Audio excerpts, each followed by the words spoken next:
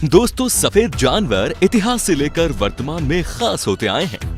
कई सफेद जानवरों को सांस्कृतिक और पौराणिक कथाओं में तो अच्छा और पवित्र भी माना जाता है। हालांकि सफेद जानवर खासियत के लिए तो जाने ही जाते हैं, लेकिन वे रेयर भी होते हैं जो हर जगह नहीं पाए जाते। इन सफेद रंग के जानवरों को अल्बिनो कहा जाता है, क्योंकि ये एल्बिनिज्म से पीड़ित होते हैं, जो जानवर के शरीर की रंगत को खत्म कर देता है और उन्हें सफेद बना देता है। इस जेनेटिक म्यूटेशन के चलते ही ये जानवर अपने प्रजाति के जानवरों से बिल्कुल अलग होते हैं। तो चलिए आज हम अपने वीडियो में ऐसे ही कुछ दुर्लभ सफेद जानवरों के बारे में बताते हैं। दोस्तों, ऐसी ही और वीडियोस देखने के लिए सबसे पहले आप उस लाल कलर के सब्सक्राइब बटन को दबाकर बाजू वाले बेल पर क्लिक करके ऑल का ऑप्शन जरूर सिलेक्ट कर लें। अब बात करते हैं व्हाइट एलिगेटर की। क्या कभी आपने सफेद मगरमच्छ देखा है? ये बात जरूर आपके मन में कई सवाल खड़े कर रही होगी, लेकिन ये सच है दोस्तों। अमेरिका के नॉर्थ कैरोलिना में स्थित एक जू में सफेद मगरमच्छ मौजूद है। ये मगरमच्छ देखने में काफी प्यारे लगते हैं।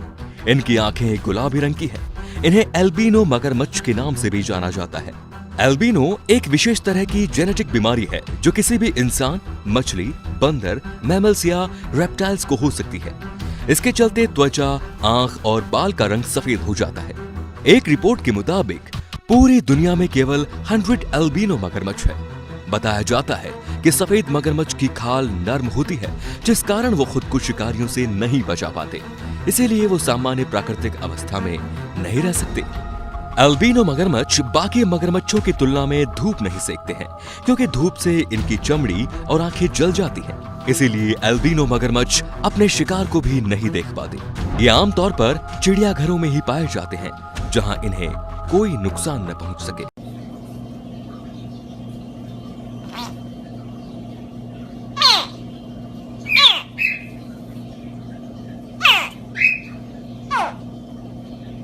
अब बात करते हैं हम्पबैक व्हेल की। हम्पबैक व्हेल की एक प्रजाति है। इसका वैज्ञानिक नाम मेगापेटेरा नोवेंगलियाई है। एक नॉर्मल हम्पबैक व्हेल की लंबाई लगभग 39 से 52 फीट होती है, जिसका वजन लगभग 28 से 33 मेट्रिक टन होता है। हम्पबैक व्हेल एक फ्रेंडली प्रजाति है और अन्य सीटैसीन प्रजातियों के साथ उनका अच्छा इंटरेक्शन होता है। फीमेल व्हेल हर 2 या 3 साल में प्रजनन करती है, जिसमें 11.5 महीने के बच्चे पैदा हो जाते हैं। इनकी उम्र 45 से 100 वर्ष तक होती है। ये आर्कटिक और अंटार्कटिक के पास रहते हैं। एक fully grown humpback whale 17 metre तक बढ़ सकती है। ये गर्मियां पोलिस के पास बिताती है और सर्दियों के दौरान प्रजनन के लिए अपने संबंधित गोलार्धों में उष्णकटिबंधीय क्षेत्रों की यात्रा करती है। फिर 2 महीने में ये अपना पेट भरने के लिए दक्षिण की ओर बढ़ जाती है। ये व्हेल साउथ जॉर्जिया और साउथ सैंडविच आइलैंड के पास अपना भोजन करती है और सर्दी के मौसम तक वहीं रहती है।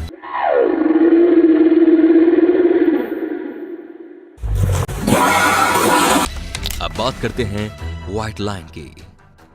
सफेद शेर काफी दुर्लभ होते हैं। इनका वैज्ञानिक नाम पैंथेरा लियो होता है। उनके सफेद रंग का यह मतलब नहीं होता कि इन्हें भी अल्बिनो नामक बीमारी हो। उनका सफेद रंग लेस सर्वर म्यूटेशन की वजह से होता है। वे हल्के सुनहरे रंग से लेकर सफेद रंग के होते हैं।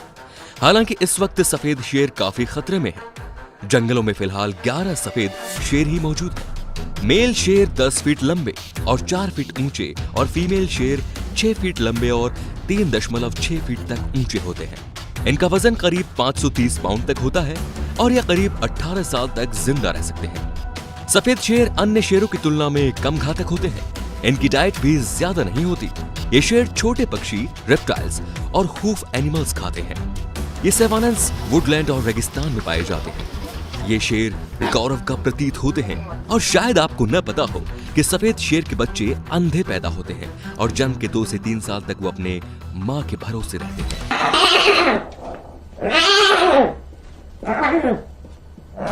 अब बात करते हैं होंडुरन व्हाइट बैट की। इन छोटे प्यारे चमगादड़ों को Caribbean white tent making bat या रुई की गेंद वाले चमगादड़ भी कहा जाता है। इनका वैज्ञानिक नाम एक्टोफालिया एल्बा है। मादा चमगादड़ की तुलना में नर थोड़े बड़े और भारी होते हैं। वे हेलिकोनिया पौधे की पत्तियों के नीचे रहते हैं और इसे खाते हैं, जिससे उन्हें न्यूट्रिशन मिलता है। ये पूरी तरह से शाकाहारी होते हैं और पत्तियों के नीचे अपना जीवन व्यतीत करते हैं। एक पत्ते में तकरीबन 6 से 8 चमगादड़ रहते हैं जो अपना जीवन प्रेम और शांति के साथ जीते हैं। इसमें एक स्पेशल व्हाइट फर होता है जो कि 13 बैट की प्रजातियों में से केवल 6 में पाया जाता है। होंडुरन व्हाइट बैट के प्रजनन व्यवहार के बारे में बहुत कम जानकारी है। हालांकि ये पाया गया है कि फीमेल अप्रैल से सितंबर में जन्म देती है।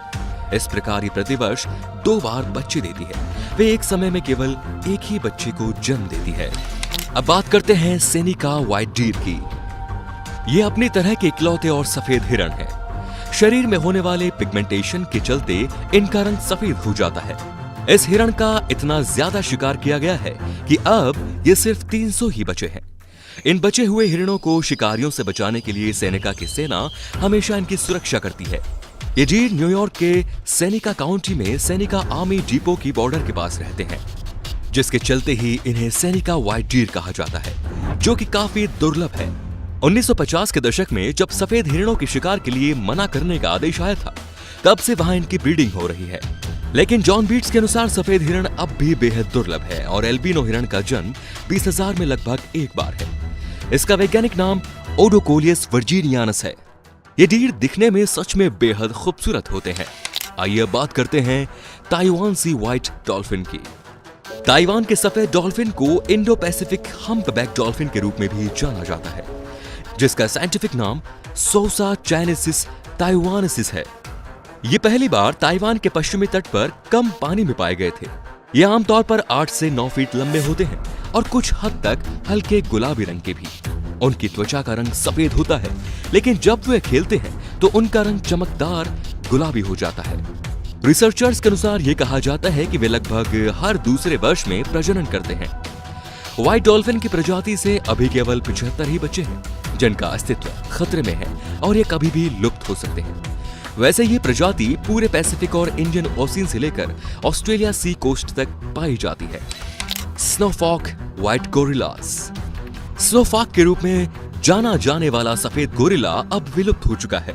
स्नोफॉक दुनिया का इकलौता व्हाइट गोरिल्ला था जिसे स्थानीय लोगों द्वारा पकड़े जाने के बाद उसे बार्सिलोना जू में रखा गया। अब अल्बिनो बीमारी से पीड़ित था, जिसके चलते साल 2003 में उसकी मौत हो गई। स्पेनिश में उन्हें कॉपिटो डीव नीव के नाम से जाना जाता है। उनकी संतानों में से कोई भी अल्बिनो नहीं था। स्नोफ्लेक एक वेस्टर्न लोलैंड गोरिल्ला प्रजाति में से एक था। सफेद गोरिल्ला की आंखें धुंधली होती थी। स्नोफॉक के पेरेंट्स नॉर्मल गोरिल्ला थे, लेकिन रिसेसिव जेन की वजह से स्नोफॉक में एल्बिनिज्म आया। अब बात करते हैं व्हाइट हॉक की। सफेद बाज का वैज्ञानिक नाम सुडास्टुर एल्बिकोलिस है। ये व्हाइट हॉक पंखों के साथ लगभग 42 से 46 सेंटीमीटर लंबा होता है। ये पूरी तरह से व्हाइट नहीं होते। इनके पैर येलो और पंखों का आखिरी का हिस्सा ब्लैक या ग्रे कलर का होता है। फीमेल सफेद बाज मेल की तुलना में थोड़ी बड़ी और भारी होती है। उनके अंडे लगभग 34 से 36 दिनों में तैयार हो जाते हैं। इनके लंबे पंख और छोटी पूंछ होती है और उनकी पूंछ के पर एक काली पट्टी होती है। इन बाज का वजन लगभग 1.5 से 2 पाउंड का होता है। ये खूबसूरत बाज मध्य और दक्षिण अमेरिका में रहते हैं। इनका घर जंगल होता है। वे पहाड़ों के बजाय तराई के जंगल में रहना पसंद करते हैं। ये कई तरह के जंगलों में पाए जाते हैं, जिनमें वर्षावन, सदाबहार और बहुत कुछ शामिल है।